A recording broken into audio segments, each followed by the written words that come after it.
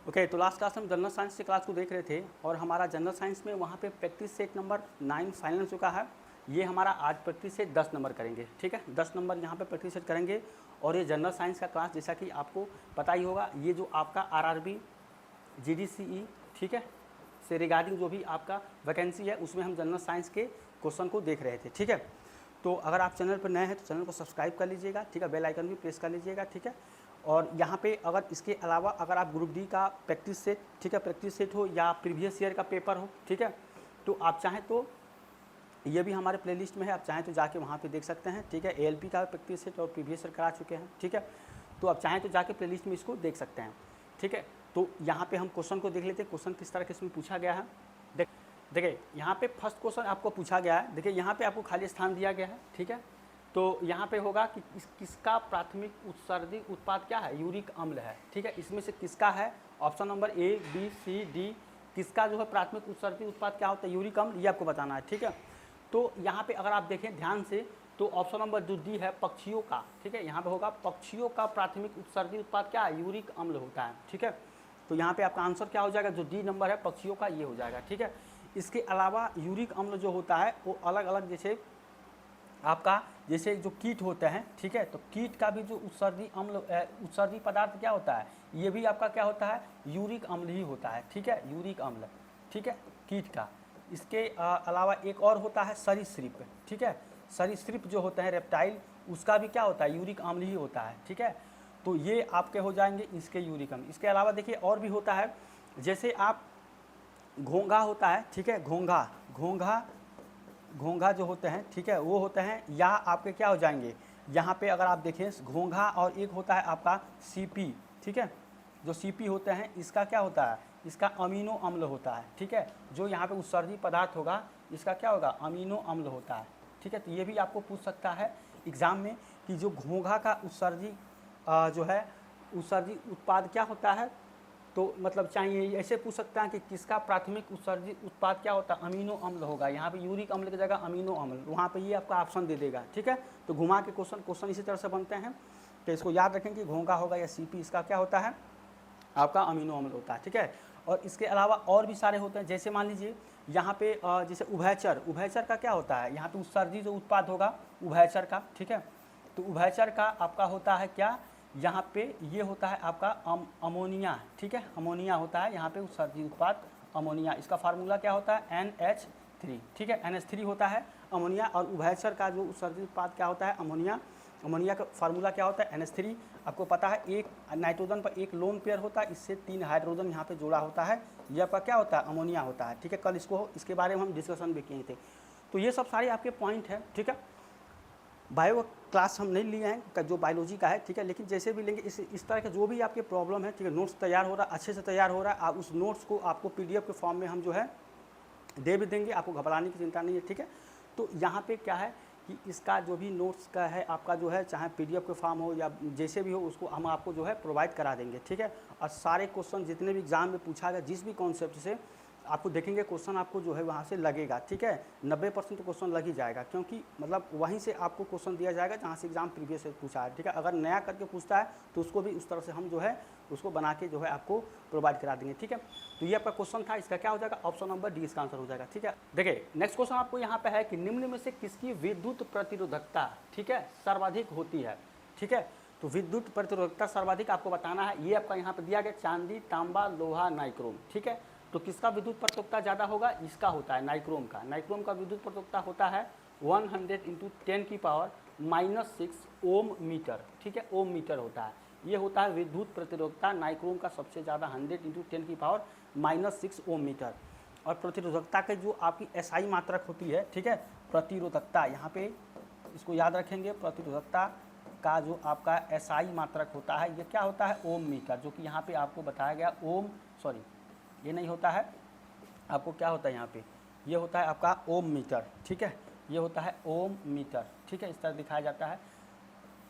तो ये आपका होगा, ठीक है, प्रतिरोधकता का SI मात्रक 100 × 10⁻6 ओम मीटर होता है, ठीक है, इसको यहाँ पे आप याद रखेंगे। अगला हो जाए यहाँ पे नाइक्रोम का होगा सर्वाधिक यहाँ पे, ठीक है। अगला क्वेश्चन देखिए, नेक्स्ट क्वेश्चन आपको यहाँ पे कहा गया कि किसी वस्तु को एक उत्तल लेंस के मुख्य अक्ष पर फोकस और उसके प्रकाश केंद्र के बीच स्थित किसी बिंदु पर रखा गया तो इसका निर्मित प्रतिबिंब क्या होगा, ठीक है। तो निर्मित प्रतिबिंब क्या होता है, जब फोकस और उसके केंद्र के बीच में रखते हैं तो क्या होता है उत्तल लेंस में, वो किस तरह से बनता है आपका आभासी और बड़ा बनता है, ठीक है। आभासी और क्या बनता है, बड़ा बनता है, ठीक है। इसको हम बहुत डिटेल में लाइट चैप्टर जो फिजिक्स पढ़ाएं उसमें डिटेल में देखे हैं। क्वेश्चन तो कई बार इस तरह का क्वेश्चन आपको पूछा गया है, ठीक है, उत्तल लेंस के जो है इस पर, और इस तरह से आपका अवतल लेंस पर भी क्वेश्चन बना हुआ है। तो ये क्या बनता है आपका आभासी और बड़ा बनता है, ठीक है। तो इसका आंसर क्या हो जाएगा, ऑप्शन नंबर बी यहाँ पे आंसर हो जाएगा, आभासी और बड़ा, ठीक है। और यहाँ पे उत्तल लेंस के बारे में आपको पता है इसका उपयोग कहाँ कहाँ होता है, उपयोग अगर उपयोग देखें तो जो पहला उपयोग होगा कहाँ पे होगा, इसका जो मानव नेत्र में इसका उपयोग होता है, ठीक है। यहाँ पे मानव नेत्र में इसका जो है मानव नेत्र लेंस में जो आपका उपयोग होता है, ठीक है, उत्तल लेंस का। दूसरा आपका यहाँ पे कहाँ पे होता है, जो आपके दूरदृष्टि दोष होता है उसको दूर करने में यहाँ पे उपयोग होता है, ठीक है, दूरदृष्टि दोष, ठीक है। तो ये आपका आंसर हो जाएगा। तीसरा कहाँ पे होता है, इसका जो होता है टेलीस्कोप में, ठीक है, टेलीस्कोप में इसका उपयोग किया जाता है, ठीक है। चौथा इसका किस में होता है, सूक्ष्मदर्शी में, ठीक है, सूक्ष्मदर्शी में इसका उपयोग किया जाता है, ठीक है। तो ये आपका कुछ जो है उपयोग है आपका उत्तल लेंस के बारे में, ठीक है। तो इसको यहाँ पे याद रखेंगे, ये भी आपके एग्जाम के पॉइंट ऑफ व्यू से बहुत इंपॉर्टेंट है। आंसर क्या हो जाएगा, ऑप्शन नंबर 20 का आंसर हो जाएगा। अगला क्वेश्चन देखिए, अगला क्वेश्चन आपको यहाँ पे कहा गया है कि 3 एक समान बल्ब, ठीक है, 3 एक समान बल्ब यहाँ पे आपके हैं, ठीक है, 6 वोल्ट की बैटरी के साथ समांतर क्रम में यहाँ पे संयोजित हैं। यदि परिपथ में प्रवाह धारा इतना है, ठीक है, तो बैटरी द्वारा 6 शक्ति, ठीक है, तो शक्ति बराबर कितना कैलकुलेट है, P equals to V into I, ठीक है, शक्ति जो है V इंटू आई, ये है आपका। तो ये आपका क्या होता था, शक्ति, ठीक है, तो पावर होती है शक्ति, और ये आपका विभवांतर, ठीक है, विभवांतर, और ये आपका क्या है इंटू धारा, ठीक है, विभवांतर इंटू ये आपका धारा है। तो ये आपका फार्मूला यूज होगा, P इक्वल्स टू कितना हो जाएगा, यहाँ पे V देखें तो 6 वोल्ट है और धारा कितना है 0.6, तो कितना हो जाएगा 3.6 यहाँ पे शक्ति आ जाएगी, ठीक है, 3.6 वाट, ये आपका आंसर आ जाएगा, ठीक है, जो कि क्या है ऑप्शन नंबर डी यहाँ पे आंसर हो जाएगा, 3.6 यहाँ पे आपका आंसर हो जाएगा, ठीक है। ये क्वेश्चन था कल और परसों वाले जो भी प्रैक्टिस से देखे थे 9 और 8 में, दोनों में क्वेश्चन आपको 1 से 2 क्वेश्चन आपको यहाँ पे एक क्वेश्चन था, ठीक है। तो ये आपका क्वेश्चन अगला देखिए, यहाँ पे अगला क्वेश्चन आपको दिया गया, बहुत अच्छा क्वेश्चन है यहाँ पे कि नीचे दी गई अभिक्रिया के बारे में कौन सा कथन सत्य है, ठीक है, ये बहुत अच्छा क्वेश्चन है, ध्यान से देखेंगे क्वेश्चन। ऑक्सीडेशन और अपचयन जो होता है चैप्टर, ठीक है, ऑक्सीडेशन नंबर निकालना किस तरह से निकाला जाता है, इसमें आप ऑक्सीडेशन और जो आपका यहाँ पे रिडक्शन है उसके बारे में यहाँ पे देखेंगे। तो देखिए, सबसे पहले कह रहा है ये आपका तो दिया गया है यहाँ पे, ठीक है, और कह रहा है कि इसके बारे में कौन सा कथन जो है आपका सत्य है, ये आपको बताना है, ठीक है। तो यहाँ पे अगर आप देखें, यहाँ पे अगर आप ध्यान से देखें, देखिए यहाँ पे ये रिएक्शन है, पहला है कि आपका कि जिंक का अपचयन हो रहा है, ठीक है। तो यहाँ पे जिंक का अपचयन हो रहा है, तो देखेंगे जिंक का अगर ZNO है, ये है आपका ZNO, ये है आपका, और ये आपका कार्बन है, ठीक है, डायरेक्ट हम लिखते हैं, ये सब नहीं लिखते हैं, ठीक है, ये है आपका Zn, ठीक है, सॉलिड में, और ये क्या है आपका CO2, ये है। अब इसको कैसे पता करेंगे, ध्यान से देखेंगे, यहाँ पे अगर जिंक का ऑक्सीडेशन नंबर निकाले, ठीक है, जिंक का ऑक्सीडेशन नंबर, तो जिंक को क्या मान लेंगे X, और एक ऑक्सीजन का ऑक्सीडेशन नंबर कितना होता है -2 होता है, तो कितना करेंगे X - 2 बराबर 2 0 करेंगे, तो X बराबर कितना आ जाएगा, ये आ जाएगा 2, ठीक है, यहाँ पे 2 आ जाएगा, मतलब जिंक का जो ऑक्सीडेशन नंबर आएगा ये आपका कितना हो जाएगा 2। यहाँ पे कार्बन है, कार्बन सिंगल है, जो सिंगल जब कोई भी यहाँ पे रहता है उसका क्या होता है 0 होता है, 0 होता है, ठीक है, ऑक्सीडेशन नंबर कितना हो जाएगा 0, ठीक है। इसी तरह से कि ये भी जिंक आपका जो सिंगल ये भी 0 हो जाएगा। यहाँ पे कार्बन का अगर आप निकालें ऑक्सीडेशन नंबर तो X, और एक ऑक्सीजन का होता है -2, 2 ऑक्सीजन कितना हो जाएगा -4, ठीक है, तो X - 4 = 0, यानी X = कितना हो जाएगा 4, X = हो जाएगा 4। तो यहाँ पे कार्बन का कितना आ रहा है 4, ठीक है, कार्बन का आपका 4 आ रहा है। तो यहाँ पे ध्यान देंगे जिंक क्या है 2 से क्या हुआ है इसका, जो 2 से आपका 0 हो गया, यानी कि पहले 2 था बाद में क्या होगा 0, यानी घटा है, ठीक है। इसका क्या है जिंक का क्या घटा है, यानी इसका अपचयन हो गया, ठीक है, ऑक्सीजन यहाँ से जो है यहाँ पे जिंक है जिसका घटा है, इसका अपचयन हो गया, ठीक है।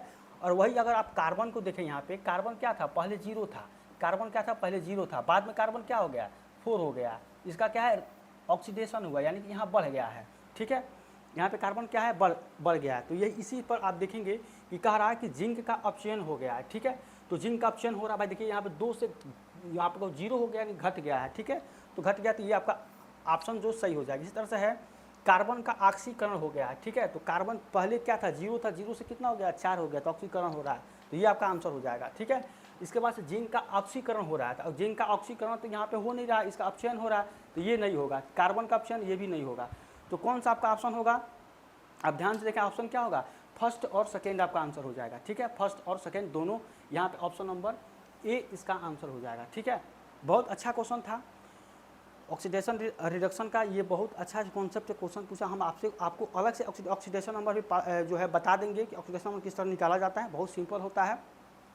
ठीक है, इसको बताए भी थे। जैसे मान लीजिए K2Cr2O7 है, ठीक है, K2Cr2O7 है, इसमें आपको क्रोमियम का ऑक्सीडेशन नंबर कहेगा बताइए। उसके बाद से आपको H2SO4 है, ठीक है, तो इसमें सल्फर का ऑक्सीडेशन नंबर बताइए किस तरह निकलता है। ठीक है, जैसे इसमें अगर आप निकालें तो कितना आ जाएगा? ये +6 आ जाएगा यहाँ पे। ठीक है, अगर इसका निकालें तो 2 और 8, ये भी आपका +6 आएगा सल्फर का यहाँ पे। ठीक है, और उसका एक सीमा होता है कि इतने इतने के दूर में जो भी आपके एलिमेंट हैं उनका क्या होगा?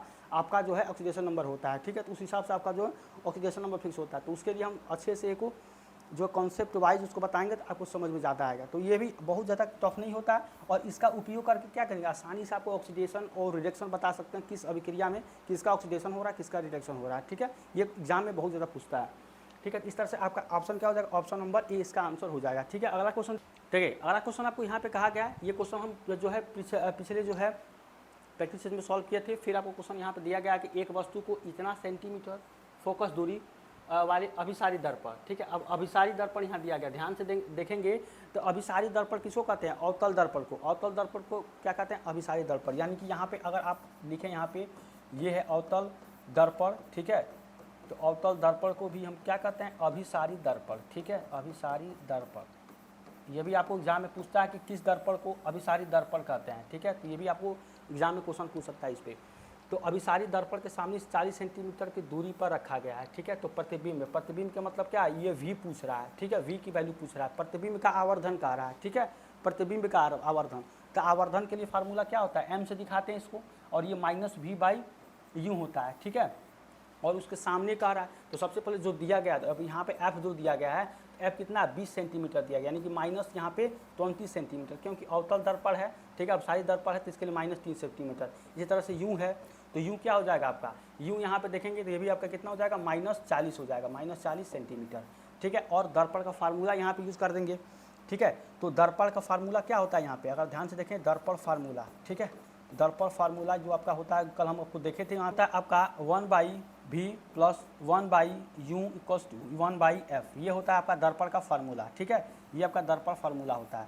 तो इसमें अगर आप देखें तो ध्यान से किस पे सॉल्व करेंगे? यहाँ पे देखेंगे आपका U कितना दिया गया, यहाँ पे U दिया गया और F दिया गया है। ठीक है, तो ये हो जाएगा 1/V आपको निकालना है ये, क्योंकि प्रतिबिंब की यहाँ कह रहा है कि प्रतिबिंब का आवर्धन, तो V निकालेंगे तो 1/F। F का वैल्यू कितना है? यहाँ पे -20 है। ठीक है, तो ये हो जाएगा -20। ठीक है, अब देखिए यहाँ पे क्या है आपका? U कितना दिया गया है? U को जब आप इधर लेके जाएंगे तो ये हो जाएगा माइनस में आएगा। ठीक है, यहाँ पे माइनस में आएगा, -1/U होगा, और U कितना दिया गया? -40, तो ये प्लस का क्या कितना हो जाएगा? ये हो जाएगा +40। ठीक है, अब 1/V है आपका, अब इसका एलसीएम ले लेंगे तो कितना आ जाएगा? ये हो जाएगा 40, ये हो जाएगा -2, और ये हो जाएगा +1। ठीक है, तो V यहाँ पे क्या आ जाएगा? V आपका आ जाएगा यहाँ पे, अगर V निकालेंगे तो 40/1, यानी कि माइनस का यहाँ पे 40 आपका हो जाएगा। ठीक है, यहाँ पे -1 देगा, ये दोनों -1 देगा, तो -1/40, यानी कि ऊपर जाएगा तो कितना हो जाएगा? -40 हो जाएगा, -40 सेंटीमीटर। ये आपका जो है प्रतिबिंब का यहाँ पे ये आ जाएगा। ठीक है, अब देखिए आवर्धन निकालना है, तो आवर्धन के लिए क्या करेंगे? M = -V/U होता है, तो यहाँ पे M = कितना आ जाएगा? -V कितना आया? माइनस पहले से है। ठीक है, और यहाँ पे कितना हो जाएगा? -40, और बाई कितना हो जाएगा? U कितना है आपका? -40। ठीक है, तो -40 यहाँ पे करेंगे तो ये -40 जो आपका है ये तो आपका कैंसिल हो जाएगा, तो कितना बचेगा? -1। ठीक है, -1 यहाँ पे आपका जो है मिलेगा। ठीक है, जो आंसर होगा आवर्धन इसका कितना हो जाएगा? -1। तो आंसर कितना हो जाएगा? ऑप्शन नंबर C यहाँ पे आंसर हो जाएगा। ठीक है, -1 इसका जो आवर्धन क्षमता यहाँ पे, आवर्धन जो होगा प्रतिबिंब का आवर्धन कितना आ जाएगा? ये आपका -1 यहाँ पे आ जाएगा। ठीक है, तो यही आपका क्वेश्चन था, कुछ था नहीं। अवतल दर्पण से आपको क्या दिया गया था? सबसे पहले तो क्वेश्चन को ध्यान से पढ़ेंगे। क्वेश्चन में बोला गया था अभिसारी दर्पण। अभिसारी दर्पण किसको कहते हैं? अवतल दर्पण को। ठीक है, अब अवतल दर्पण फार्मूला से, अवतल दर्पण में जो फोकस दूरी होती है और यहाँ वस्तु की दूरी ये निगेटिव होती है, दोनों को निगेटिव लेके दर्पण का फार्मूला यूज करके यहाँ पे आसानी से V निकाल देंगे। और V से क्या करेंगे? V/U होता है आपको आवर्धन का यहाँ पे फार्मूला होता है, तो इसके हिसाब रखेंगे तो -1 आपका आंसर आ जाएगा। ठीक है, तो ये आपका क्वेश्चन था। अगला क्वेश्चन को देखिए, देखिए नेक्स्ट क्वेश्चन आपको यहाँ पे कहा गया है कि नीचे दिए गए कथनों पर विचार कीजिए और सही उत्तर का यहाँ पे चयन कीजिए। ठीक है, तो यहाँ पे सही उत्तर का चयन करना ये आपका कथन है। कथन में क्या है, फर्स्ट कह रहा है कि न्यूलैंड की कल्पना के अनुसार प्रकृति में केवल 56 तत्व मौजूद थे। ठीक है, ये आपका आंसर हो जाएगा। इसमें कितने थे, 56 तत्व। तो इसके बारे में कल देखे थे न्यूलैंड के बारे में, तो ये आपका क्या होगा, 56 तत्व उसमें आपके जो है थे। और दूसरा कह रहा है कि यहाँ पे न्यूलैंड ने पाया कि प्रत्येक 8वें तत्व में पहले के समान क्या होता है, गुण होता है। जो 8 तत्वों का इन्होंने रखा था उसमें 1 से लेकर जो 8 तत्व थे, इसका जो गुण था वो पहले वाले गुण के क्या था, समान था। तो ये भी आपका सही है। ठीक है, यानी कि दोनों कथन आपके क्या होंगे, यहाँ पे सही हो जाएंगे, दोनों कथन सही। ऑप्शन नंबर डी इसका आंसर हो जाएगा। ठीक है, ये हो जाएगा आपका ऑप्शन नंबर डी इसका आंसर हो जाएगा। ठीक है, तो ये क्वेश्चन था। इसके बाद अगला क्वेश्चन देखिए, अगला क्वेश्चन आपको यहाँ पे कहा गया कि C6H6 किस समजाति श्रेणी से संबंधित है। C6H6 किस समजाति श्रेणी से है, तो ये किससे होगा आपका, ये होगा एल्केन, एल्किन, एल्काइन, ये साइक्लो एल्केन से होगा। ठीक है, साइक्लो एल्केन। ठीक है, और समजाति श्रेणी में जो होता है इसमें अंतर कितना पाया जाता है, CH2 का। ठीक है, CH2 का अंतर पाया जाता है। इसको पहले भी देख चुके हैं बहुत अच्छे तरीके से। ठीक है, जो समजाति जो है श्रेणी CH2 का इसमें जो है आपका अंतर आ जाता है। तो ये किससे संबंधित होता है, साइक्लो एल्केन से। ठीक है, साइक्लो एल्केन से होता है। और इसका जो फार्मूला होता है क्या होता है, CnH2n। ठीक है, इसके फार्मूला ये होता है साइक्लो एल्केन का। ठीक है, तो यहाँ पे ये हो जाएगा आपका। देखिए अगला क्वेश्चन है आपका कि महिलाओं में यौनारंभ के दौरान पहला मासिक धर्म, ठीक है, के रूप में जाना जाता है। जो यौनारंभ होता है ये आपका पहला जो मासिक धर्म होता है किसको जाना जाता है, रजो दर्शन के नाम से जाना जाता है। ठीक है, ऑप्शन नंबर सी होगा रजो दर्शन। ठीक है, और ये आपका कब शुरू होता है, ठीक है, जो आपका मासिक धर्म कब होता है, 12 से 13 वर्ष के उम्र में आपका जो है ये जो है शुरू होता है। ठीक है, इसको भी याद रखेंगे यहाँ पे।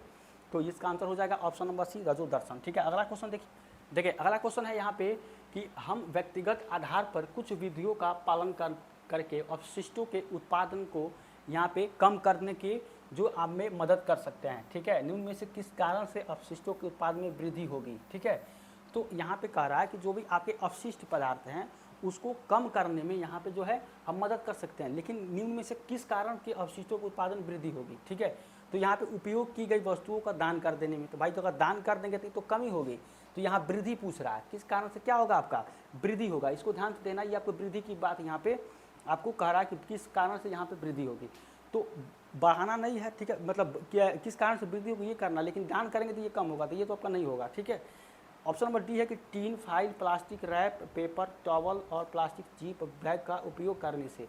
ठीक है, तो ये आपका आंसर हो जाएगा कि अगर आप इस सब चीज़ का जो आपका यूज़ करेंगे तो क्या होगा, इसमें आपकी वृद्धि होगी, अपशिष्ट पदार्थ जो होगा उसमें उत्पादन में आपका वृद्धि होगी। तो इसका आंसर क्या हो जाएगा, ऑप्शन नंबर डी। तीसरा है कि खरीदारों के लिए कपड़े या जूते के लिए थैलों का उपयोग करने से, इसमें सबसे ज़्यादा होगा, इसमें कम होगा। ठीक है, खाली कैंटरों और बोतलों को पुनः उपयोग करने से, इसमें भी नहीं होगा। ठीक है, तो ये भी नहीं होगा। ठीक है, यहाँ पे क्या होगा, सबसे ज़्यादा जो आपका जो होगा वृद्धि किसमें होगी, ये सब में, tin, foil, plastic, wrap, paper, इसमें आपका हो जाएगा। ऑप्शन नंबर बी इसका आंसर हो जाएगा। ठीक है, इसको ध्यान से पढ़ना है कि इसमें आपको किस अपशिष्ट पदार्थों का उत्पादन वृद्धि होगा, इसको देखना है। ठीक है, तो ऑप्शन नंबर बी आंसर।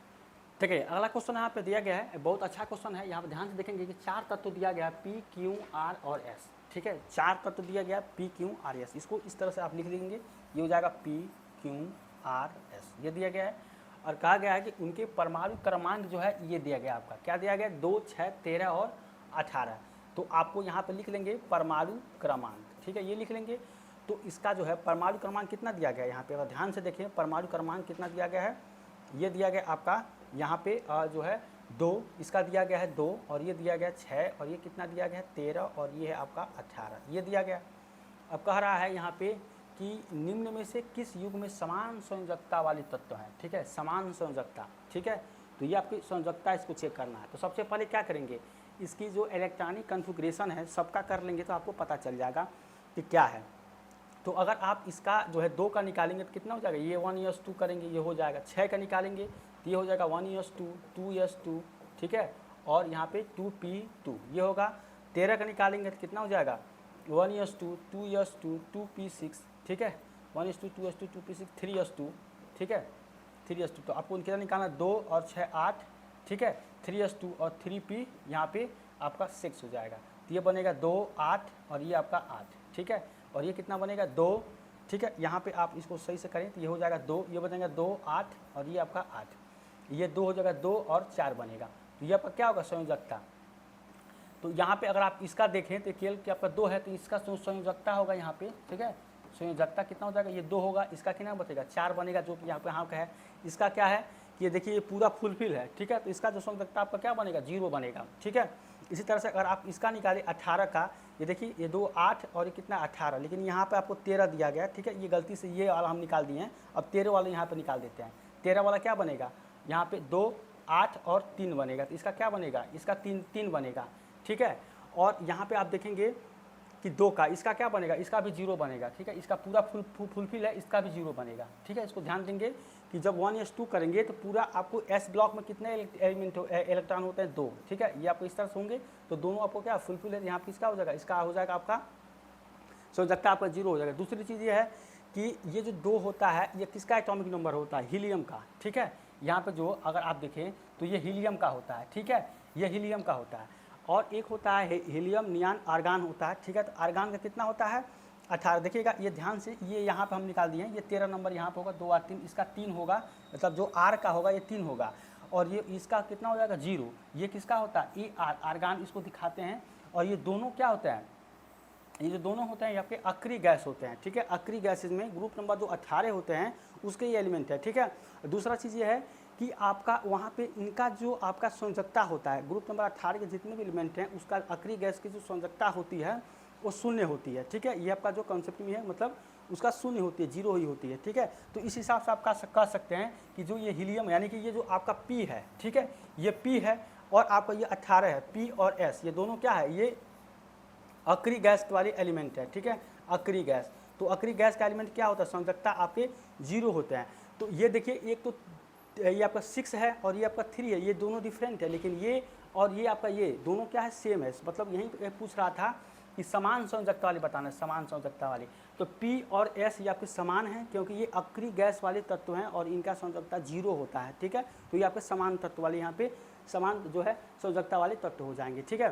तो इसका आंसर क्या हो जाएगा, ऑप्शन नंबर सी P और S, ठीक है, P और S हो जाएगा। अगर इसमें भी अगर आपको समझने में दिक्कत आ रही हो तो आप दोबारा इसको कमेंट करेंगे, हम इसको अच्छे से समझा देंगे, ठीक है। कुछ नहीं था यहाँ पे, परमाणु क्रमांक को आपको दिया गया, इसका इलेक्ट्रॉनिक कॉन्फ़िगरेशन करेगा, अपभाव प्रिंसिपल जो होता है, ठीक है, एटॉमिक स्ट्रक्चर में जो पढ़ते हैं परमाणु जो क्रमांक होता है आपका, ठीक है, जो आपका एटॉमिक स्ट्रक्चर होता है परमाणु क्रमांक, उसमें अगर आप ध्यान से पढ़ेंगे तो आपको ये चीज़ मिल जाएगी, ठीक है। तो ये आपका यहाँ पे आपका क्वेश्चन था, ठीक। देखिए अगला क्वेश्चन आपको यहाँ पे कहा गया है कि मनुष्यों में यूरिया चक्र निम्नलिखित में से किस अंग में होता है, ठीक है। तो मनुष्यों में यूरिया चक्र किस अंग में होता है, ये आपका लीवर यकृत में होता है, ठीक है, जो होगा यकृत में, ऑप्शन नंबर 20 का आंसर होगा, ठीक है। यकृत में यहाँ पे आंसर हो जाएगा। इसका जो यकृत का जो कार्य होता है, कई प्रकार के आपके कार्य होते हैं, जिसमें कि आपको बता देते हैं इसके जो कार्य होगा। सबसे पहले तो रक्त का थक्का बनाना, ठीक है, रक्त का थक्का बनाना यहाँ पे इसका कार्य हो जाएगा, ठीक है, रक्त का थक्का बनाना। दूसरा जो इसका कार्य होता है वो होता है हिपेरिन का उत्पादन, ठीक है, हिपेरिन का उत्पादन यहाँ पे ये इसका आंसर हो जाएगा, ठीक है। अगर तीसरा है आपका यहाँ पे पित्त का श्रावण, ठीक है, ये होता है पित्त का श्रावण, यहाँ पे ये हो जाएगा, ठीक है, पित्त का श्रावण। और क्या होता है वसा का संश्लेषण, ठीक है, वसा का संश्लेषण यहाँ पे ये आपका हो जाएगा, ठीक है, वसा का संश्लेषण। तो ये कुछ इसके कार्य होते हैं, यकृत के कुछ जो आपके वर्क होते हैं, कार्य होते हैं, इस तरह से हैं, रक्त का थक्का, हिपेरिन के उत्पादन, पित्त का श्रावण, वसा का संश्लेषण। तो ये आपका कुछ कार्य यहाँ पे हो जाएगा, ठीक है। तो ये आपका यहाँ आंसर हो जाएगा, ऑप्शन नंबर 20 का आंसर हो जाएगा, ठीक है। तो ये था हमारा आज का क्लास। अगर आपको आज का क्लास अच्छा लगा तो चैनल को सब्सक्राइब, लाइक, शेयर करिए, ठीक है। और कोई भी क्यूरी रहती है, आप जैसे कि सब सारी क्लास में हम बोलते रहते हैं, कोई भी क्यूरी तो आप कमेंट करके पूछिए, ठीक है। अगर क्लास अच्छा लगा तो उसके बारे में भी आप कमेंट करिए, ताकि हमको भी अच्छा लगेगा, ठीक है, मोटिवेशन मिलेगा। और दूसरी चीज़ ये है कि ये हमारा लास्ट क्लास था यहाँ पे जो प्रैक्टिस सेट का। कल से हम जो है मतलब कल से जो होगा आपका वहाँ पे क्लास में क्या करेंगे, इसके साइंस का जो आपका टेस्ट होगा, ठीक है, उसमें टेस्ट में आपको जो जितने भी क्वेश्चन होगा आपको उस अच्छे से उसको आंसर चाहें तो कमेंट करके बता सकते हैं, ठीक है। अगर आपसे नहीं आता तो उसको सॉल्व करेंगे, ठीक है। दोबारा जब हम जो दूसरा उसका टेस्ट का जो आपका क्लास होगा उसमें भी चाहें आप उसमें जो आपको इम्प्रूव कर सकते हैं, ठीक है। तो मिलते हैं नेक्स्ट क्लास में, तब तक थैंक यू सो मच।